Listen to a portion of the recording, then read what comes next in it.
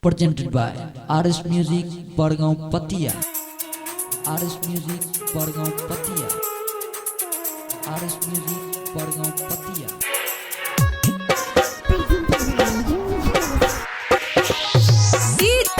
प्रभुनंद प्रभुनंद प्रभुनंद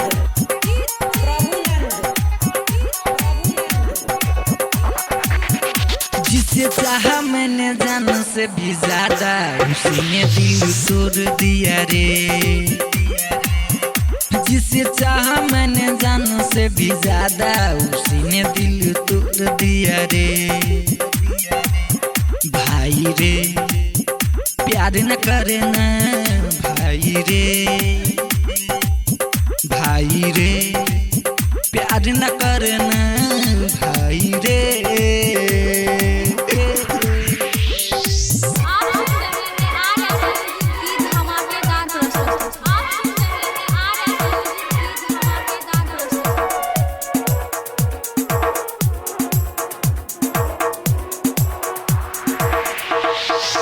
आज के मंदिर में मैंने एक बेवफाया को बसाया था।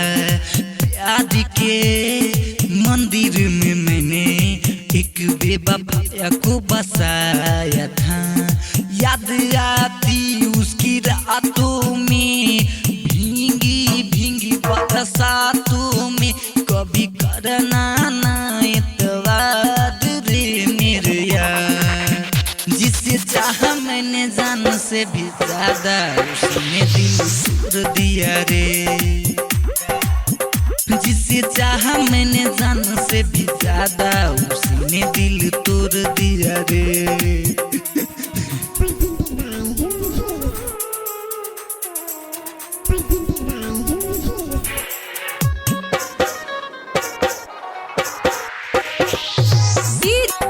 प्रभुनंद प्रभुनंद